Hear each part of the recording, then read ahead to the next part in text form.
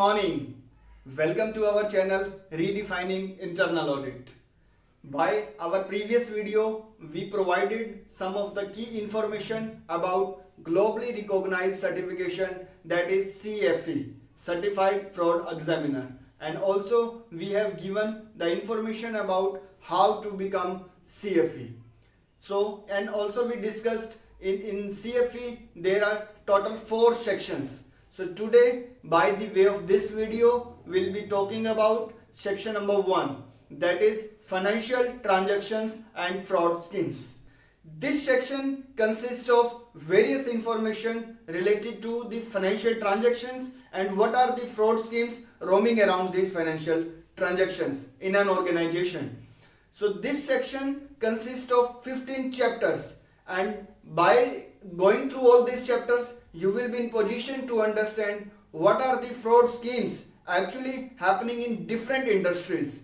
So this section starts with chapter number 1, which talks about basic accounting concepts. And basic accounting concept consists of the accounting equations, debit and credit principles, and move till the financial statements, and also talk about GAAP, that is generally accepted accounting principles, including IFRS. So by going through the chapter number 1, you will be in position to understand what are the different principles and how the entire accounting transacts. So it starts from the accounting entry till the financial statements. And so the chapter number 2 talk about the financial statement frauds, means what are the frauds which can be happened in the financial statements, and also you will be in position to understand why these kind of frauds happens, why the perpetrators commit these frauds, and also the different red flags of these financial statements fraud. And we as an internal auditor, as a fraud examiner, should understand what are the different methods of detecting and preventing these kind of financial statement frauds in an organization. So second chapter is all about financial statement frauds. Third chapter is about asset misappropriation. Actually, the asset misappropriation is divided into the 3 categories. Category number 1, asset misappropriation of cash receipts. Second is asset misappropriation of fraudulent disbursement. And third one is asset misappropriation of inventory and other assets. So all this information of asset misappropriation is divided into the chapter number 3, 4 and 5. So after that, chapter number 6 talk about the bribery and corruptions.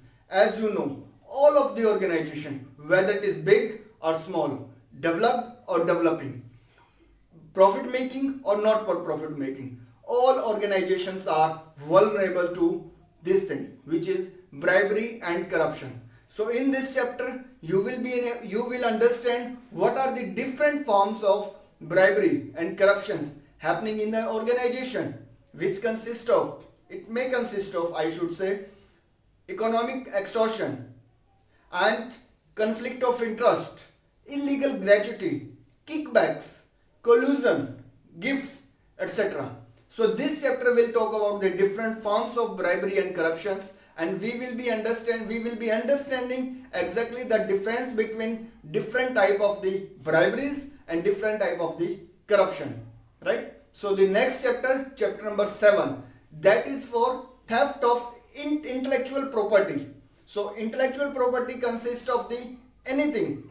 It may be our business ideas, it can be our design, it can be innovations. And this chapter will teach us that how the perpetrators use our intellectual property in a wrong manner. So by this chapter, again we'll be able to understand what are the different methods to prevent and detect intellectual property theft. Chapter number 8. This talk about the theft of identity. So we as an individual, as an organization, as any kind of the organization, we are prone to, our identity is prone to be theft. So we as an internal auditor should know how can our identity, our organization, our organization's employees, our organization stakeholders, identity can be theft and can be misused by the thieves. So this chapter talk about how thieves steals information and how they misuse this information. So this is the chapter number 8, which talks about the theft of identity. So chapter number 9 is primarily talk about the financial institution frauds. Financial institution fraud consists of any of the fraud which may be happening in the financial institution, whether it is banking institution or it is non-banking financial corporations. So what are the different fraud schemes which happens in this financial institution frauds will be able to understand. We'll be able to understand different embezzlement schemes which consist of loan frauds, real estate frauds, new account opening frauds, money transfer frauds and letter of credit frauds. So we will be in position to understand the different schemes and also the methods to prevent and detect these kind of frauds.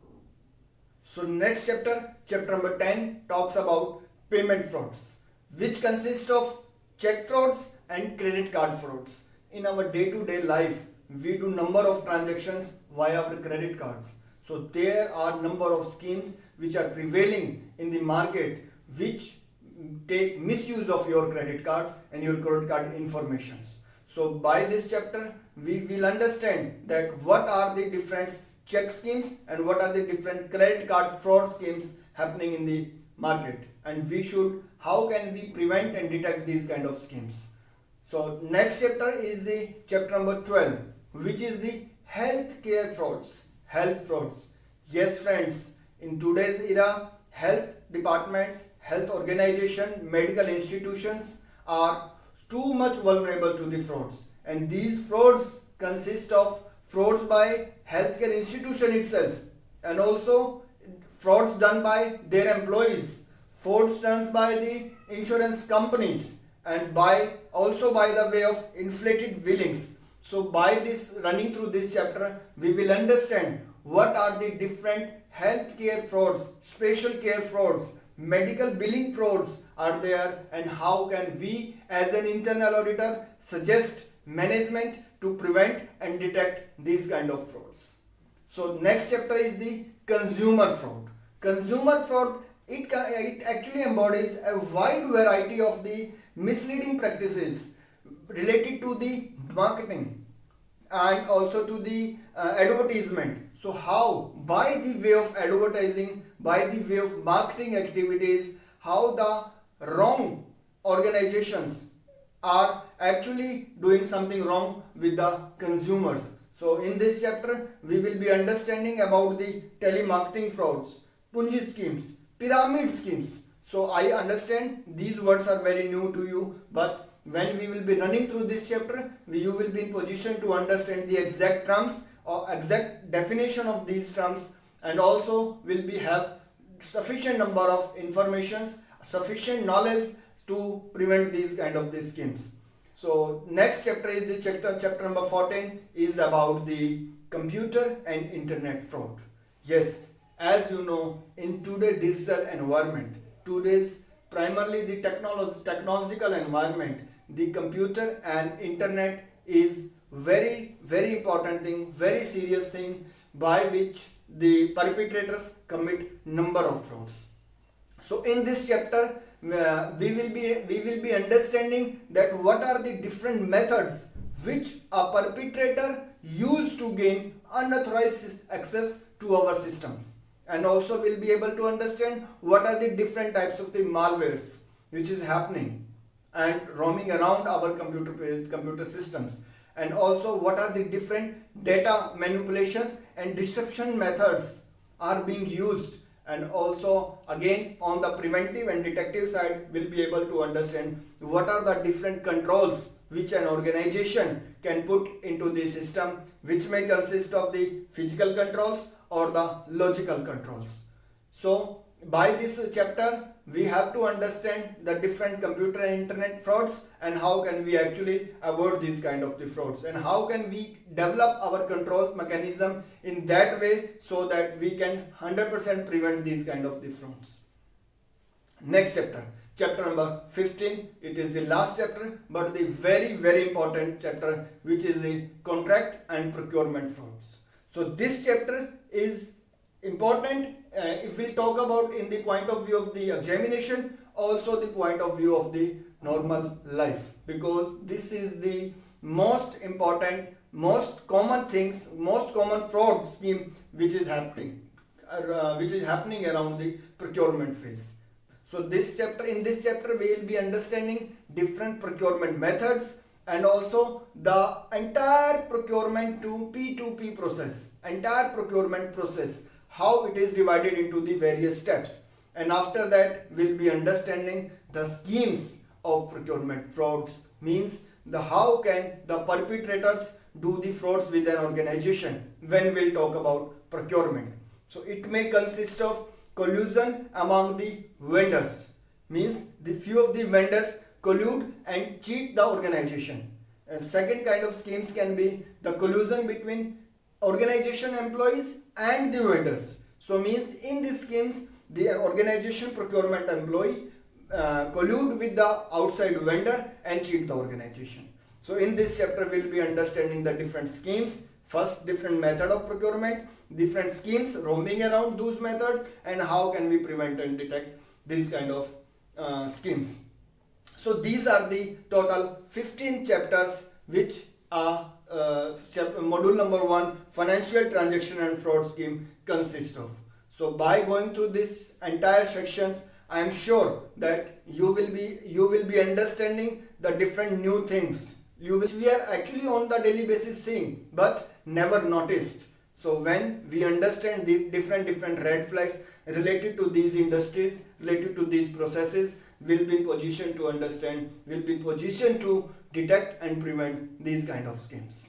So I hope the information provided in this video will be very helpful to you understanding the entire curriculum of this section 1, which is financial transaction and fraud schemes. So guys, we'll keep sharing the other videos related to this section number 2, 3 and 4. Apart from it, if you have any suggestion about new topic, if you want us to prepare videos on any other topic related to this CFE, kindly let us know. We'll be happy to hear from you. Right? Thank you so much for your valuable time. And thanks for visiting our channel Redefining Internal Audit.